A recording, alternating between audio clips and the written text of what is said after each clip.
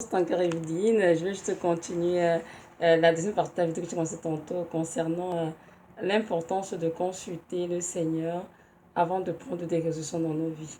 Donc, comme je disais dans la première vidéo déjà, notre Dieu est un Dieu puissant, merveilleux, magnifique, mais c'est aussi un Père qui a compassion des enfants et qui est là vraiment pour nous dire sur le chemin. Le grand essai de savoir que nous voulons savoir ce qu'il pense de nos projets et de nous conseiller parce qu'il est le conseiller par excellence. Donc, je vais continuer cette deuxième partie pour euh, parler, en fait, illustrer par des exemples précis ce que j'entends par construire le Seigneur avant de prendre des résolutions. Donc, dans la vidéo 1, j'ai lu un texte qui se trouve dans Isaïe 30, des versets 1 jusqu'à 3.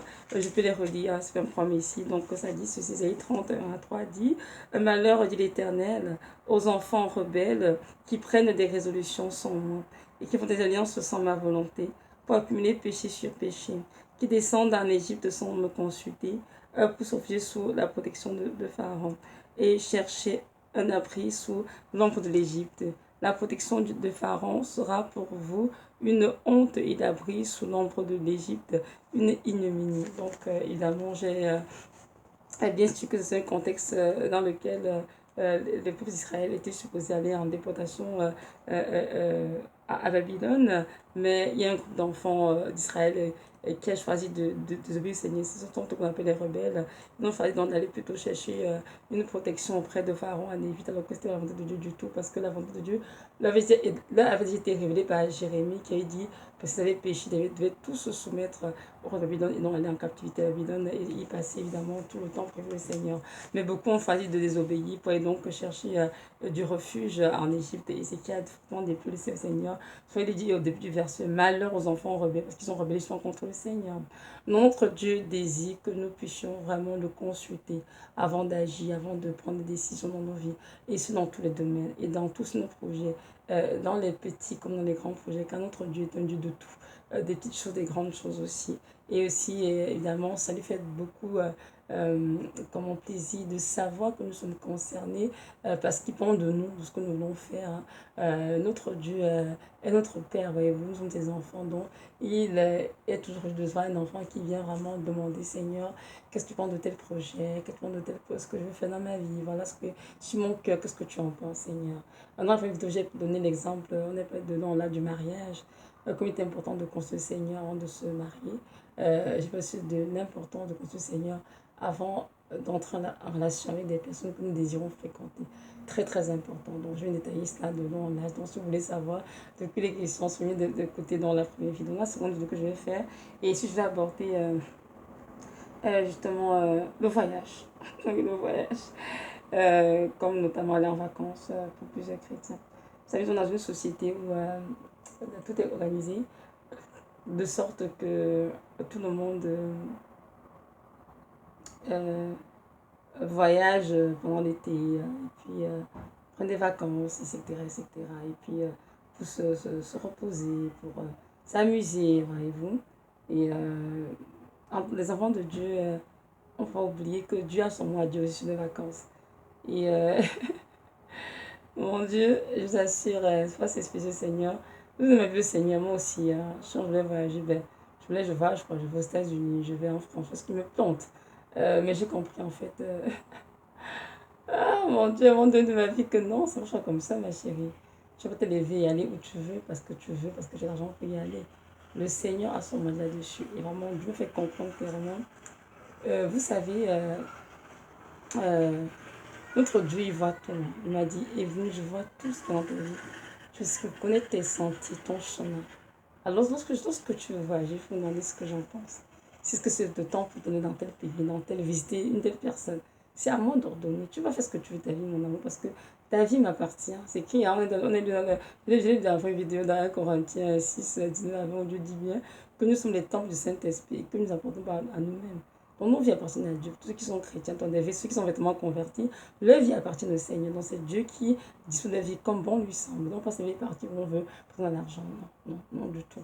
On a tout construit le Seigneur. Donc, je vais nous encourager tous vraiment à ne pas faire des projets de voyage, que ce soit dans une ville proche, dans un autre pays, sans construire le Seigneur.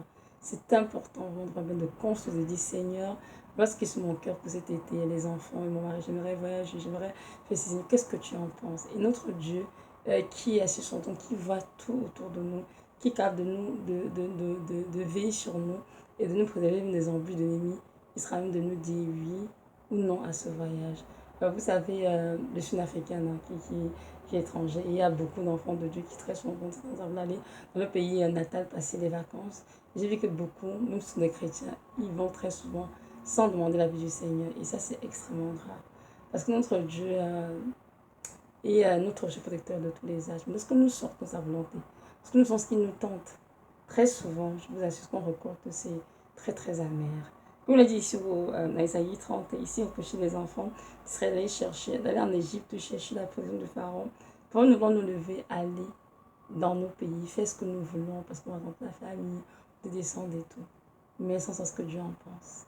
Alors que Dieu doit à son mot à dire. C'est parce qu'on a l'argent qu'on veut de voyager. Hein? On peut avoir l'argent, on peut avoir tout ce qu'on veut pour aller voir un voyage. Mais Dieu dit non. On ira juste simplement parce qu'il a dit non, tout simplement. Oui, oui, il faut obéir. C'est parce qu'on a l'argent que il faut y aller. Parce qu'on a le visa qui personne y aller dans tel pays. Non. Il a senti le visa, tu n'iras nulle part. Et des fois, il y a l'argent de la Seigneur dit non, tu n'iras juste pas. C'est le temps pour toi d'aller dans ce pays-là. Tu vas juste te rasseoir à la maison tranquille, parce qu'on a la prière, et puis c'est tout. Et il fallait que je obéisse, voyez-vous. Donc, juste pour nous dire que notre Dieu a son mot à dire, même dans nos plans de voyage, oui. Et je nous encourage tous à sa façon de bouger. Parce qu'on va, nous voyageons, nous prenons des transports, le train, les avions, les voitures, etc. Mais c'est important que nous ayons vraiment, comment dirais-je, son aval et sa protection. Si nous voyageons comme nous voulons sans besoin, Seigneur, mais c'est sûr que, comment dirais-je, on est exposé, on est vulnérable dans le monde spirituel et tout peut nous arriver. Voyez-vous, alors c'est très important de demander la vie du Seigneur. Donc, vous avez déjà entendu l'histoire de monsieur aux États-Unis qui était d'origine camerounaise. Aux États-Unis, ça fait depuis très très longtemps. Son frère ont été nés aux États-Unis. Et là, il se croit que son père est décédé au Cameroun. Et puis, le monsieur voulait donc aller au Cameroun. Mais sa femme était une femme chrétienne de prière. Et lorsqu'il dit à sa femme allait prier. Et le Seigneur dit à sa femme, mais non. Il dit à ton mari de ne pas bouger. Sa femme d'y aller. Son père est mort. C'est passé, mais qu'il n'aille pas. Ce ne sera pas une bonne chose pour nous. Et lorsqu'elle a donc dit ça à son mari, il a dit, mais non, comment tu me dis, c'est quand même mon papa, ça fait des années, je ne l'ai pas vu et tout, il est décédé. Évidemment, elle lui a dit non, Dieu a juste dit, ne va partir, parce que les conséquences peuvent être dangereuses. Évidemment, lui, il n'était pas vraiment forcément chrétien, de quoi est-ce qu'elle parlait. Et là, sous la pression des autres frères de la France, non, il faut y aller, il faut que tu y ailles et tout, que ton épouse, fais ce qu'on te dit, va au Cameroun. Il est parti, il allait donc faire l'enterrement de son papa, etc. Et lorsqu'il est revenu, il était aux États-Unis, et donc elle le cherchait à l'aéroport, et en chemin, lorsqu'il retournait, il a commencé à mettre la tête. Et puis là, et s'est dit, mais qu'est-ce qui va pas d'un coup? Des aspirines et tout, mais c'est tellement journée de tête qu'elle n'a pas pu s'entendre dans la maison. Elle se fait un détour pour venir directement à l'hôpital aux urgences. Et à l'hôpital aux urgences, même avant que ses enfants n'arrivent à l'hôpital, il était déjà décédé. Voyez-vous, juste pour vous dire, mes frères et sœurs, c'est très important d'obéir au Seigneur. Il ne faut pas s'amuser. Ce que Dieu a parlé, il faut obéir. Il ne faut pas essayer de contester Dieu, de se justifier, ou d'expliquer des choses qui ne servent à rien. Non. C'est très important d'obéir au Seigneur et de faire vraiment ce qu'il attend de nous. Parce que notre Dieu sait exactement quels sont les pieds de l'ennemi. N'oublions pas qu'il y a la parole que le diable rôde comme le rugissant, cherchant qu'il va dévorer. Combien de personnes sont dévorées intimement, surtout à des vies écourtées, parce qu'ils ont désobéi au Seigneur. Oui, parce qu'ils ont agi sans construire le Seigneur, parce qu'ils ont pris la résolution sans construire le Seigneur. Combien de personnes, combien de chrétiens font cela? Ce n'est pas une bonne chose, je vous assure. C'est très important de prendre le Seigneur. Vous avez dit, moi, quand je suis jeune chrétienne, je vais me lever, je vais aux États-Unis, je vais à tel endroit, tout ce que je veux, parce que ça me tente. Mais j'ai compris le Seigneur. Je ne veux plus marcher comme ça. C'est vraiment, il faut que, lorsqu'on cultive nos besoins, que ce soit seul, que ce soit avec les enfants, nos époux, bien les épouses, il c'est tellement de demander au Seigneur toujours. Qu'est-ce que tu en penses, Seigneur? Est-ce que sur le projet de voyage, tu l'as vraiment, comment dirais-je, approuvé, Seigneur? et avant de voyager avec la vague de Dieu. C'est très important. Et je sens une histoire d'un jeune homme, justement, un grand prédicateur d'ailleurs, qui a été invité dans notre pays prêcher tout de la mairie. Durant son temps de prière, Dieu lui a fait comprendre clairement qu'il ne devait pas bouger. Et une fois, Dieu pas juste à lui, mais aussi à son épouse. Il dit que non, il ne faut pas que tu ailles à cet endroit. Et puis il dit, mais non, comment on fait pour dire non à la dernière minute et tout, quand même, parce qu'ils ont prévu que j'allais prêcher, je ne suis pas quand même l'aide de sauvoir, il faut quand même que j'y aille et tout. Ce n'est pas dit que non, le Seigneur dit clairement de ne pas aller. Je pense que c'est mieux de lui écrire à mon coup et dire que tu as un contre-temps, de ne pas voyager. Il n'a pas écouté, il a pris l'hélicoptère et en chemin, même pas à quelques kilomètres, boum, l'hélicoptère s'est éclairé. Et puis, voilà qu'il a perdu sa vie comme ça, en quelques minutes. Donc, juste pour nous dire que c'est important d'écouter Jésus-Christ. Lorsqu'il a dit non, il faut obéir à son nom. Lorsqu'il a dit oui, il faut le faire dans la joie. Il ne faut pas chercher à contester le Seigneur ou bien à expliquer des choses, à se justifier ou à faire la face devant un tel. Non, non, non. Donc comprendre que la personne qui nous a racheté de sa vie, c'est Jésus de Nazareth. La personne à qui on va rendre compte à la fin de notre vie, c'est bien Jésus de Nazareth, celui qui vient comme juste juge, nous sommes tous. Donc ce n'est pas un homme, ni à une dénomination, ni à un pasteur, ni à une église, ni à qui que ce soit, qu'on rende compte à la fin de nos vies. Donc pourquoi donc choisir désobéir au Seigneur pour plaire à un homme? Non, on ne peut pas faire ça. On doit vraiment nous appuyer sur le Seigneur et lui obéir bien qu'à lui seul. Ce que Dieu dit dans nos vies doit compter plus que tout ce que toute personne peut dire. Et parfois, on a tendance à oublier cela. Donc, juste pour nous encourager, une fois de plus, à ne pas être des enfants rebelles qui prennent des rires de son sang, de Seigneur, qui font des sans sa volonté, mais qui le consultent avant de faire quoi que ce soit. Et surtout, ici, l'exemple du voyage, pour illustrer complètement bien de quoi est-ce que je parle. Donc ça, c'est mon premier exemple. Pour le premier, j'ai déjà fait deux exemples. Le peu de mariage et les personnes que nous fréquentons. Ici, je vais parler du voyage et je vais finir avec un autre, comment dirais-je, un autre projet qui est aussi important. Ce serait la gestion des finances. Oui.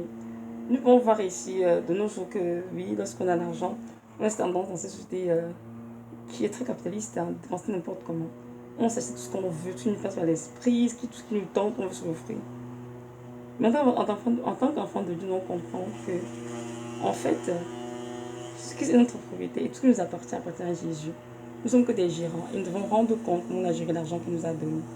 Même c'est nous qui travaillons, c'est lui qui a fait le travail, qui a pas pour tout, donc nous devons gérer de manière correcte afin que son nom se soit glorifié. Nous, en parlant du Seigneur, qui nous a donné pour aller acheter tous les gadgets que nous voulons parce qu'on veut se faire plaisir. On doit toujours prier avant de faire de nos achats. Pas le passé, je vous assure. Quand je vais acheter, j'achetais quelque chose, tout ce que nous achetais, point final. Je fais une telle chose, j'achète Seigneur, point, et puis je ne réfléchis pas. Mais avec la marche le Seigneur, j'ai compris, oh mon Dieu, lorsqu'on est plus le Seigneur, c'est spécial. Que mais non, on ne peut pas acheter tout ce qu'on veut. Mais non, non, du tout. On doit acheter ce dont on a vraiment besoin. Parce que nous voulons. Parce que l'être humain est un être insatiable, insatisfait. Il veut tout quelque chose. Et on peut voir juste au niveau des femmes, nous les femmes. Mon Dieu, on a 50 sacs à main, une paire de chaussures, toutes sortes de choses. Moi, je me dis, mais qu'est-ce qu'on fait toutes ces chaussures? On ne les porte même pas d'ailleurs. On veut juste avoir cette assurance qu'on les a dans notre garde-robe. Et vous voyez le temps, le Seigneur, mon Dieu, je ris parce que je sais que j'étais très comme ça avant. Donc, il faut mentir, puis la vérité. Avant, c'était vraiment, non, Seigneur, les jeux, la chose, tu la veux, Seigneur, c'est tout. C'est qu'on est jeune, hein, on travaille de l'argent, on n'a pas de responsabilité vraiment, à part notre appartement, des petits trucs. On fait n'importe quoi. Quand on est maman et qu'on commence à avoir une maison, des responsabilités, ah non, là, tout change. Et là, on dit, Seigneur, qu'est-ce qu'il va payer tout? Tu me dis, mais voilà, parce que je dépense, ça fait des choses qui ne servent à rien. Donc, je te peux nous dire que notre Seigneur nous demande de le consulter avant de faire des achats. Et ce qu'on dit achat, je crois que c'est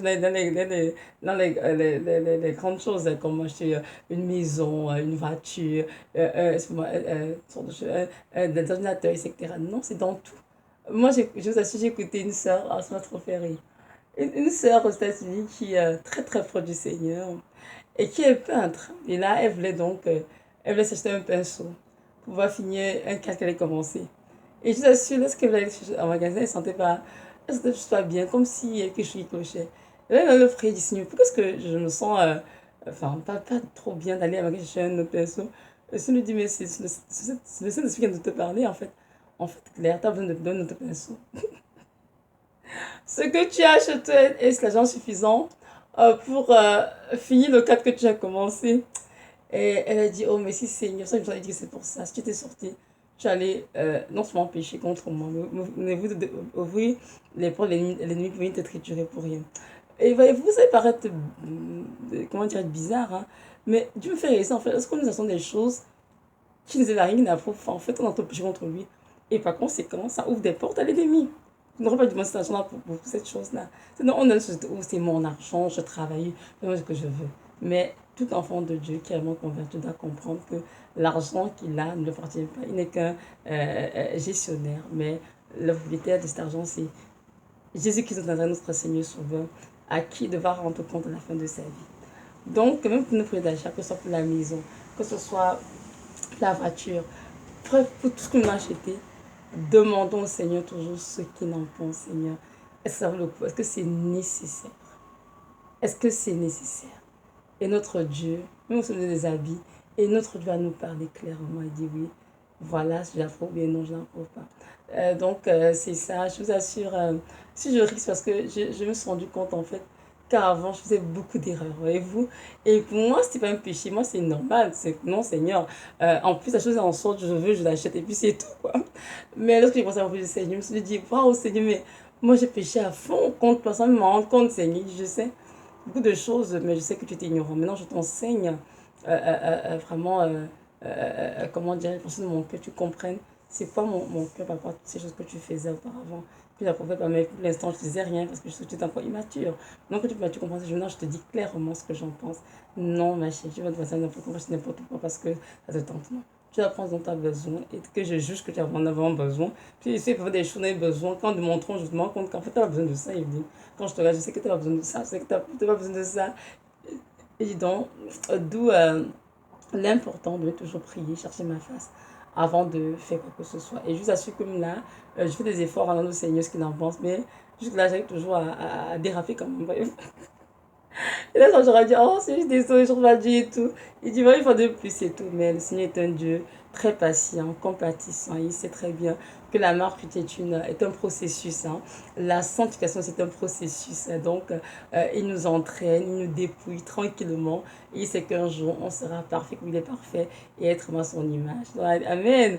Donc, je vous dis, il faut me sentir condamné. Croyez-moi, je suis venue qui avait beaucoup de dégâts au niveau des finances aussi.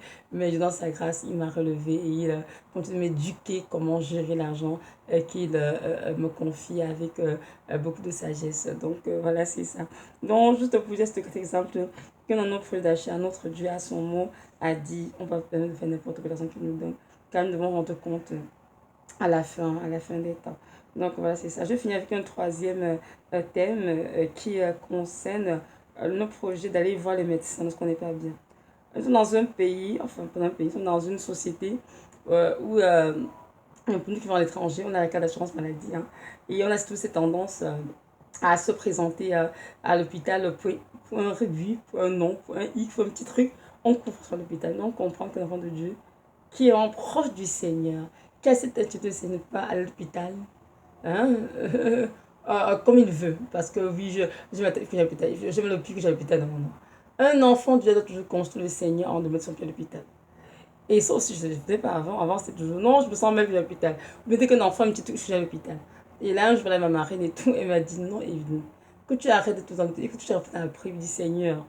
Est-ce que je dois l'hôpital d'abord, petit temps? Si dit oui, tu vas y aller. Si dit non, tu n'iras juste pas à l'hôpital. Tu as besoin. Même les enfants, surtout à prier que l'enfant, que Dieu touche l'enfant. N'oublie pas que Jésus-Christ est El Rapha, c'est le médecin. Amen d'excellence. Donc, il va mieux médecin que lui. Il nous a créés, il connaît bien chaque cellule de notre corps, chaque partie, comment elle fonctionne, chaque organe, il comprend de tout ce qui s'y passe. Donc, s'il y a quelqu'un qui nous guérit, c'est bien lui d'ailleurs. Quand lorsqu'il touche, sa touche est parfaite. Nous sommes vraiment guéris, restaurés. Amen. Alors que le médecin, c'est des contrats de soins. même pas de guérison. On peut nous soigner, donner des traitements à l'hôpital, mais il faut guérir d'autres mal. Donc, nous devons comprendre, quand on parle de Dieu, nous devons appuyer sur le Seigneur, donner son avis avant d'aller chez le médecin. Oui, c'est très important pour mon enfant. Pourquoi? Parce que nous comprenons la fin des temps. Et même dans ces hôpitaux que nous voyons, il y a beaucoup de médecins satanistes qui pratiquent. Et si tu veux t'emmener à l'hôpital, c'est que Dieu t'y est envoyé. Alors, crois-moi, Satan pourrait utiliser cette désobéissance-là pour te mettre dans un état que tu ne voudrais pas. Et si je vais donner des exemples, j'en ai vu tellement. Moi, je suis une enfant qui était très mal passée. Je me souviens qu'à chaque de l'hôpital et tout, Dieu devait toujours prier pour tous ceux qui sont tous devenus. Donc, c'est pas le premier qui m'approchait. Dieu s'arrangeait à ce que ce soit ceux qu'il a choisi qui me touchent, même pour sortir le bébé, parce que je n'avais pas césarienne. C'était tous ceux qui étaient autour de pour ordonner toutes ces choses et pour veiller là-dessus. Et j'ai compris justement avec toutes ces expériences qu'on peut aller à l'hôpital, pardon, comme on veut. Non, on va parce que Dieu nous a envoyés. Vous savez, un jour, en 2016, j'étais avec mon mari et les enfants. Et mon médecin a appelé, monsieur qui me suit, et elle me dit voilà, Evelyne, il faudrait que. Enfin, déjà elle appelait à une heure indue. Il était comme 23 heures passées. Je disais dans mon cœur, mais qui incite à appeler chez moi à 7 heures? Je ne vais pas répondre. Et mon mari a dit, non, il faut prendre quand même le téléphone. Non, j'ai pris le téléphone. Je me suis rendu compte que c'était un médecin, un médecin qui me suivait. Je lui ai dit, mais qu'est-ce qui ne va pas docteur, elle me dit, mais non, vous savez, vous avez pris de sang ce matin. Je dis oui. Elle dit, mais nous, on a dans votre sang un composé qui est très très élevé, c'est pas tout normal. Votre cœur est sur le point de lâcher. Je dis, comment que vous lâchez? Je dis, ok, je comprends, mais franchement, qu'est-ce que vous lâchez? Moi, je me sens pas si mal, c'est vrai, je suis fatiguée, mais sans plus. Elle me dit, non, il faut peut-être tout de suite, vous avez nos urgences, parce qu'on fait un contrôle pour voir ce qui va dans votre. C'est comme si il y a quelque chose de pas normal qui se passe au niveau de votre cœur et tout. Et là, je lui réponds des fois que non, docteur, je suis désolée. À 23, je vais me lever sortir. Moi, j'ai des petits-enfants au bas âge, ils sont très petits. Je vais laisser, mais je vais aller où la nuit à 7 heures. Mais non, non, non, je lui ai dit non, je suis désolée, je pense pas et tout. Il me dit, ok, pensez-y et tout, je vous en prie. Maintenant, venez au moins très tôt le matin avec votre mari, pour lui dépose tout ça et tout. Et là, j'ai raccroché, je te fais dire, mais Seigneur, c'est quoi ce stress et tout de mon sang qui est un composé qui fait juste trop au niveau du cœur. Et là, je voulais m'énerver, je me disais, on va prier d'abord. Donc, on allait prier, dit Seigneur, est-ce que c'est mon toi qui veut que j'ai l'hôpital, Seigneur? Et qu'est-ce qui va avec mon cœur? C'est vrai que je sais que oui, j'ai des problèmes de santé, mais franchement, qu'est-ce qui va avec mon cœur et tout, pour que mon cœur soit de lâcher, qu'est-ce que ça se composer et tout. Là, le Seigneur me dit, et là, je prie, il me dit, non, ma chérie, garde ta paix. T'es juste à tellement des ténèbres, et puis reste tranquille. Ton cœur n'a rien du tout, calme-toi. Et elle va à l'hôpital. Je suis à l'hôpital. Elle a insisté, elle était fâchée. Elle dit, mais comment ça te vient à l'hôpital? C'est tellement dangereux. Tu aurais pu mourir. Je lui ai dit, non, moi je vais mourir, docteur. Ne vous inquiétez pas, moi je vais bien. En tout cas, moi je vais prier avec le Seigneur. Il a dit, nous parler et tout. Donc, c'est sûr que je ne vais pas dire ça comme ça. Hein. Il m'a dit que non, non, je ne vais pas y aller, c'est tout. J'ai vraiment cette paix, que mon cœur va très bien. Et puis, je vous assure, quelques jours après, je dormais, j'ai fait un rêve dans lequel j'ai vu ce médecin avec moi. J'étais dans un endroit et il y a beaucoup de soleil. Et puis je la rencontre et elle dit, ah, bonjour Evelyne, en fin de compte, on dit que vous allez plutôt très très bien et tout. J'ai dit oui, moi je vais bien, bien soleil éclatant, j'allais vraiment très bien et tout. Et elle c'est comme le composé au niveau de votre cœur, en fin de compte, il est rendu normal et tout. J'ai dit, ce que du rêve et tout, elle a dit que j'ai vu ce qui s'est produit. C'est qu'elle était juste en vraiment des ténèbres pour pouvoir tomber à l'hôpital. Et si tu étais allé à l'hôpital, ton cœur aurait été dans l'état qu'ils ont dit, qu'ils ont déclaré auparavant. Donc, ne fais pas, ne fais pas plus attendre ça de temps. Ne fais pas plus parce que tu vas à l'hôpital, parce qu'on a dit aller. Il faut y aller parce que je t'envoie à l'hôpital, parce que je t'envoie d'y aller. Je dis, ah Seigneur, pourquoi, oh mon Dieu, je te bénis, je t'en grâce qu'aujourd'hui, hein, personne n'a touché mon cœur. C'est en 2016, en 2019, mon cœur est là, normal, et puis c'est tout. Je veux dire, aucune composé n'a varié, le cœur est tranquille.